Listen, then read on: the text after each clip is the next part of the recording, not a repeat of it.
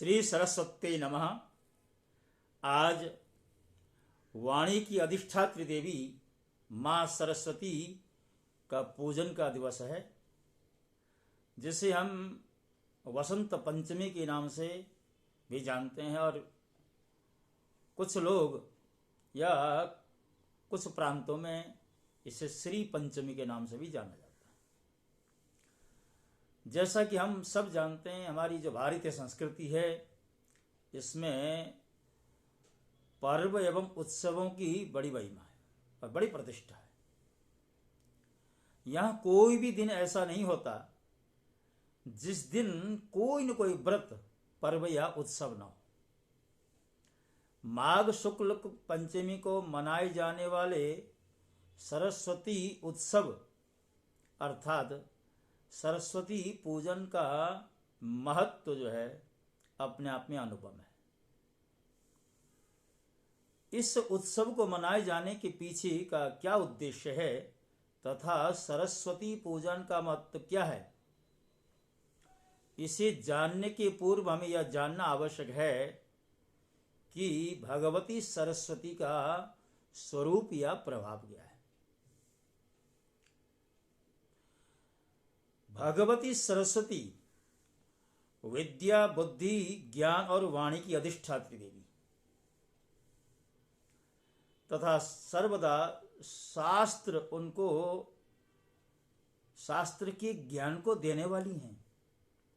भगवती शारदा का जो मूल स्थान है शशांक सदन अर्थात अमृतमय प्रकाश पुंज है।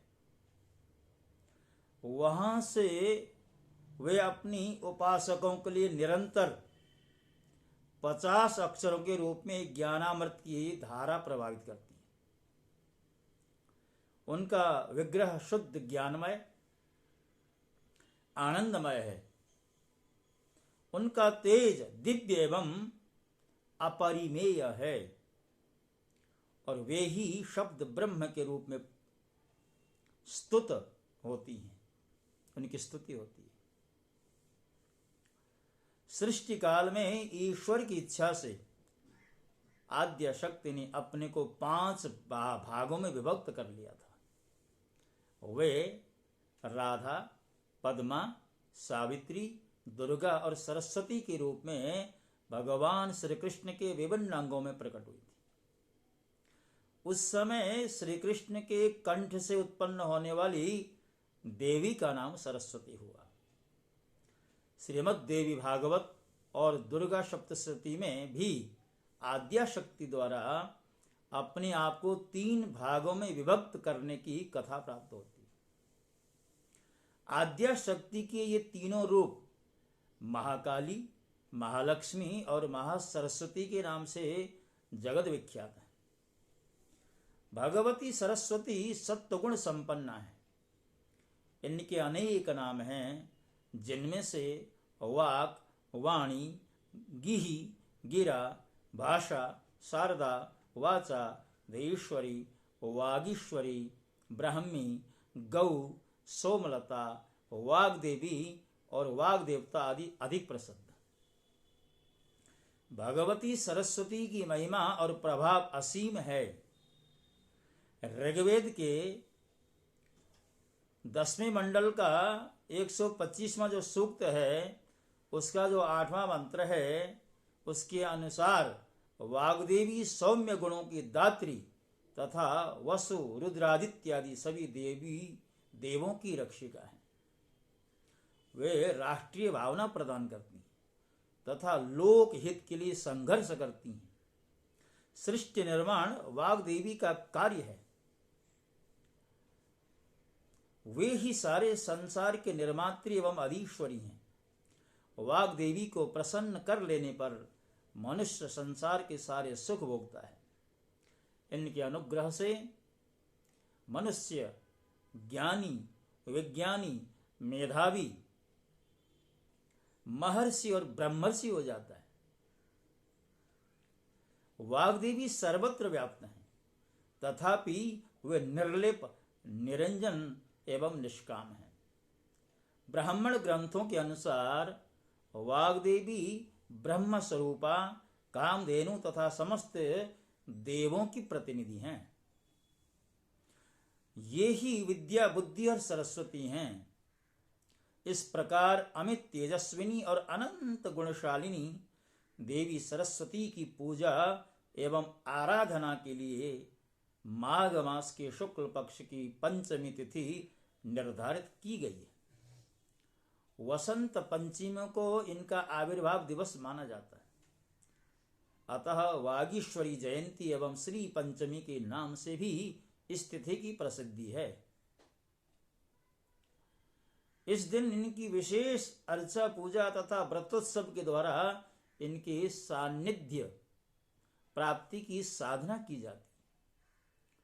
सरस्वती देवी की इस वार्षिक पूजा के साथ ही बालकों के अक्षरारंभ एवं विद्यारंभ की तिथियों पर भी सरस्वती पूजन का विधान किया गया है। माघस्य शुक्ल पंचम्यां विद्यारंभ दिनेऽपि च पूर्वेण्य संयमं कृत्वा तत्राणि संयतः शुचिः। ब्रह्म वैवर्त पुराण के प्रकृति खंड का 4/34वां श्लोक है। भगवती सरस्वती की पूजा हेतु आजकल सार्वजनिक पूजा पंडालों की रचना करके उसमें देवी सरस्वती की मूर्ति स्थापित करने एवं पूजन करने का प्रचलन दिखाई पड़ता है, किंतु शास्त्रों में वाग्देवी की आराधना व्यक्तिगत रूप में ही करने का विधान बताया गया।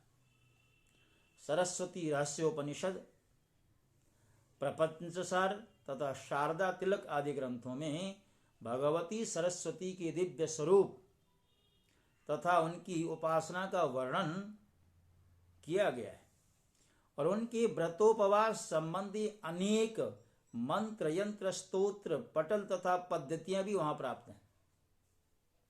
संवत्सर प्रदीप, श्रीमद् देवी भागवत, श्री दुर्गा सप्तशती तथा ब्रह्म वैवर्त आदि पुराणों के समेत अनुशीलन के पश्चात सरस्वती पूजन की जो विधि स्पष्ट होती है, उसके अनुसार भगवती सरस्वती के उपासकों को माघ मास के शुक्ल पक्ष की पंचमी तिथि को प्रातः काल में भगवती सरस्वती की पूजा करनी चाहिए। इसके एक दिन पूर्व अर्थात माघ शुक्ल चतुर्थी को वागुपासक संयम नियम का पालन करें। इसके बाद माघ शुक्ल पंचमी को प्रातः काल उठकर शौचादि नित्य क्रिया से निवृत्त होकर घट स्थापना अर्थात कलश की स्थापना करके उसमें वाग देवी का आह्वान करे तथा विधि पूर्वक देवी सरस्वती की पूजा करे। पूजन कार्य में स्वयं सक्षम न हो तो किसी सुविज्ञ कर्मकांडी या कुल पुरोहित से दिशा निर्देश प्राप्त करके तदनुसार पूजन कार्य संपन्न करे। भगवती सरस्वती की पूजन प्रक्रिया में सर्वप्रथम आचमन, प्राणायाम आदि के द्वारा अपनी बाह्याभ्यंतर शुचिता संपन्न करें। फिर सरस्वती पूजन का संकल्प ग्रहण करें। इसमें देश काल आदि का संकीर्तन करते हुए यथोपलब्ध पूजन सामग्री भी भगवत्याः सरस्वत्याः पूजनमहं करिष्ये पढ़कर संकल्प जल छोड़ दे। तत्पश्चात श्री गणेश की आदि पूजा करके कलश स्थापित कर उसमें देवी सरस्वती का सादर आवाहन करके वैदिक या पौराणिक मंत्रों का उच्चारण करते हुए उपचार सामग्रियां भगवती को सादर समर्पित कर दे। वेदोक्त अष्टाक्षर युक्त मंत्र सरस्वती का मूल मंत्र है, अथवा जो उपासक जिस मंत्र से दीक्षित हो वही उसका मूल मंत्र है। निज मूल मंत्र से अथवा श्रीम ह्रीम सरस्वती स्वाहा इस अष्टाक्षर मंत्र से प्रत्येक वस्तु क्रमशः श्री सरस्वती को समर्पण करें। देवी भागवत के 9वें स्कंद के 4th अध्याय का 50 और 51वां जो श्लोक है, अंत में देवी सरस्वती की आरती करके उनकी स्तुति करें। सरस्वतीम शुक्ल वर्णाम, जो देवी भागवत के 9वें स्कंद का जो 4th और 5वां अध्याय की जो चतुर्थ अध्याय के जो श्लोक हैं 2 यहाँ पर दिए गए हैं। सरस्वतीं शुक्लवर्णां सस्मितां सुमनोहरां कोटिचन्द्रप्रभां मृष्ट पुष्टश्रेयुक्तविग्रहां वह्निसुक्तां सुकाधानां वीणापुस्तकधारिणीं रत्नसारेन्द्रनिर्वाण नवभूषणभूषितां सुपूजितां सुरगणैर्ब्रह्मविष्णुशिवादिभिः वन्दे भक्त्या वन्दितां च मुनीन्द्रमनुमानवैः। इसके अतिरिक्त भगवती सरस्वती की स्तुति एवं ध्यान करने के लिए निम्नलिखित 2 श्लोक जगत विख्यात हैं। या कुन्देन्दुतुषारहारधवला या शुभ्रवस्त्रावृतां या वीणावरदण्डमण्डितकरा या श्वेतपद्मासनां या ब्रह्माच्युतशङ्करप्रभृतिभिर्देवैः सदा वन्दितां सा मां पातु सरस्वती भगवती निःशेषजाड्यापहा। शुक्लां ब्रह्मविचारसारपरमा माद्यां जगद्व्यापिनीं वीणापुस्तकधारिणीमभयदां जाड्यन्धकारापहां हस्तिस्फाटिकमालिकां विदधतीं पद्मासने संस्थितां वन्दे तां परमेश्वरीं भगवतीं बुद्धिप्रदां शारदां। स्तुतिगान के अनंतर सांगीतिक आराधना भी यथासंभव करके भगवती को निवेदित गंध पुष्प मिष्टान्न आदि का प्रसाद ग्रहण करना चाहिए। पुस्तक और लेखनी में भी देवी सरस्वती का निवास स्थान माना जाता है तथा उसकी भी पूजा की जाती है। माघ शुक्ल पंचमी को अनध्याय भी कहा गया है। भगवती सरस्वती की उत्पत्ति सत्वगुण से हुई है। इनकी आराधना एवं पूजा में प्रयुक्त होने वाली उपचार सामग्रियों में अधिकांश श्वेत वर्ण की होती हैं, जैसे दूध,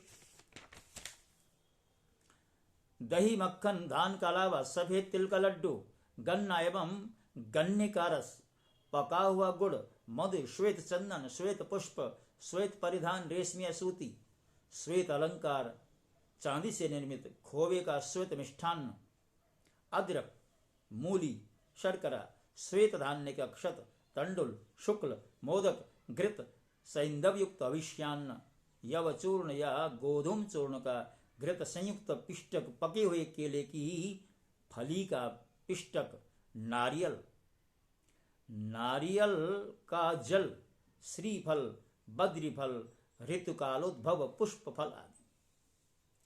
देवी भागवत एवं ब्रह्म वैवर्त पुराण में वर्णित आख्यान में पूर्व काल में श्रीमन नारायण भगवान ने वाल्मीकि को सरस्वती का मंत्र बतलाया था कि जिसकी जब से उनमें कवित्व शक्ति उत्पन्न हुई थी।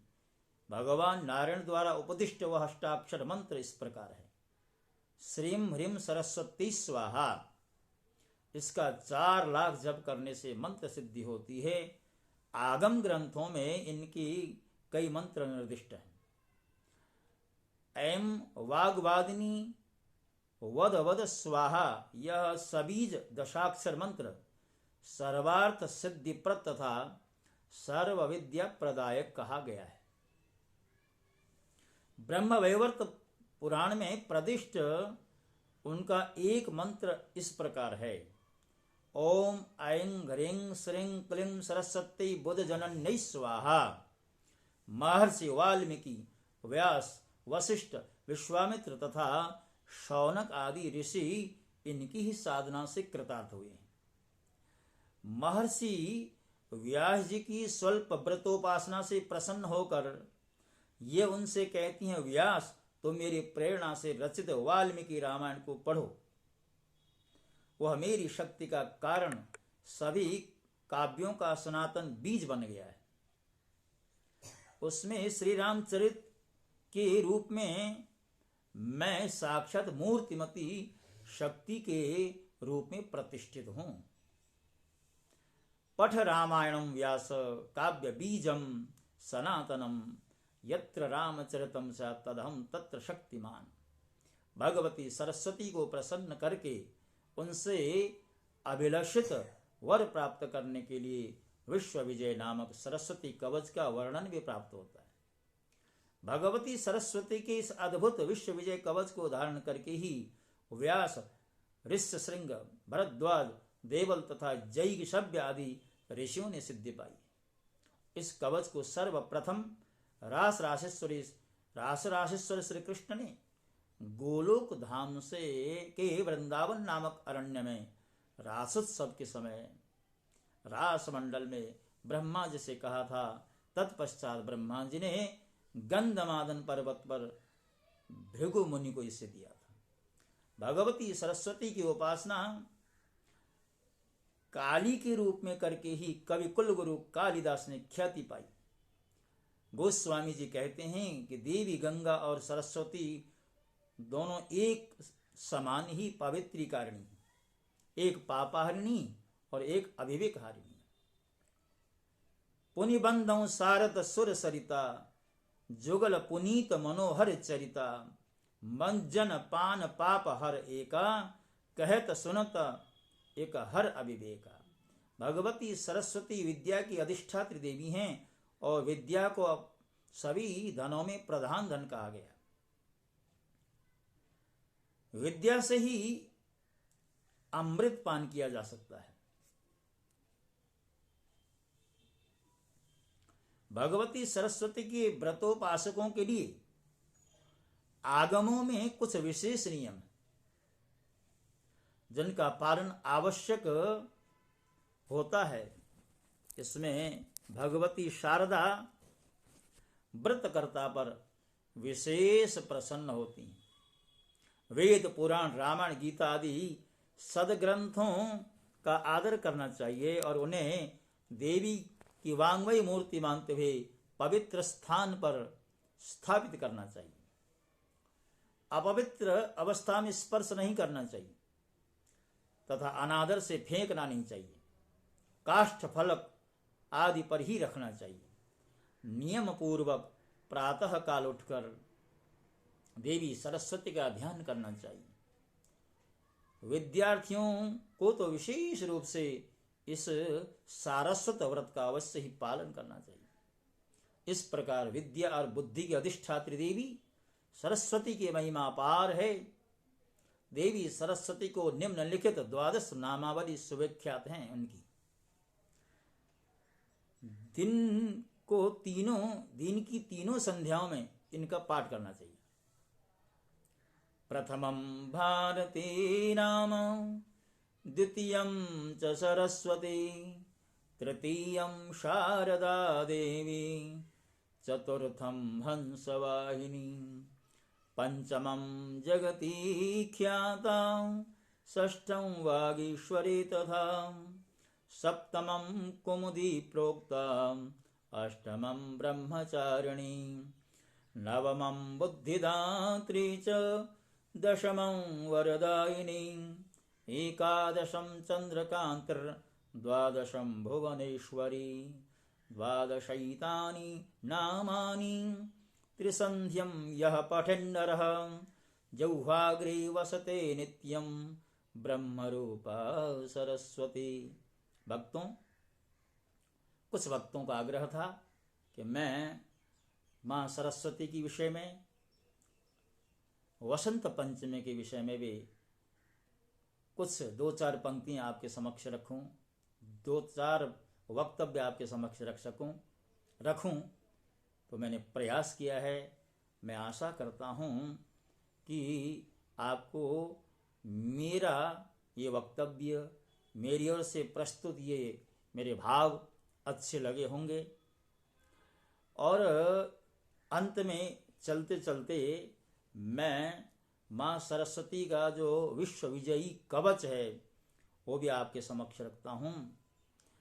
श्रीं ह्रीं सरस्वत्यै स्वाहा, शिरो में पातु सर्वतः। ह्रीं श्रीं वाग्देवतायै स्वाहा, भालं मे सर्वतावतो। ओम सरस्वत्यै स्वाहेति श्रोत्रं पातु निरन्तरम्। ओम श्रीं ह्रीं भारत्यै स्वाहा नेत्रेगम सदावतु।